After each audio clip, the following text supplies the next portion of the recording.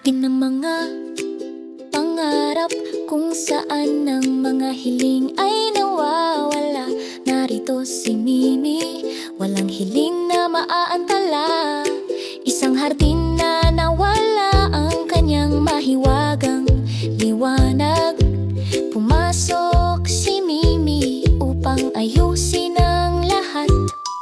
Ang hulund ay nangupas, ang mga kulay ay nagiging abo. Natagpuan ni Mimi ang landas kung saan nakalatag ang mga nawawalang hiling. Sa pamamagitan ng malalambot na bulong, malinaw ang direksyon. Sinusundan niya ang liwanag nang walang takot.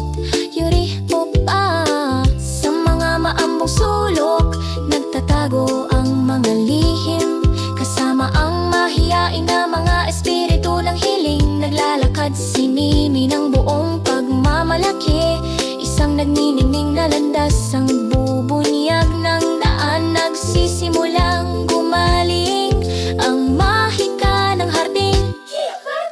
Mini, Mini na may mahiwagang liwanag, inaayos ang mga hiling at ibinabalik ang liwanag. Sa pagitan ng mga nalalanta na bulaklak at mga bulong ng hangin, nagdadala siya ng pag-asa gamit ang mahika na maibabahagi.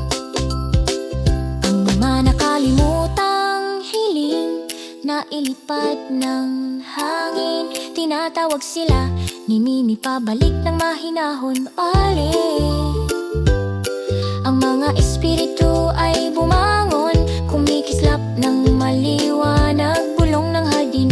Panahon na upang magsama-sama.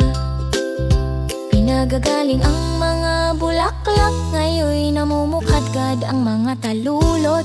Bagong enerhiya ang pumupuno sa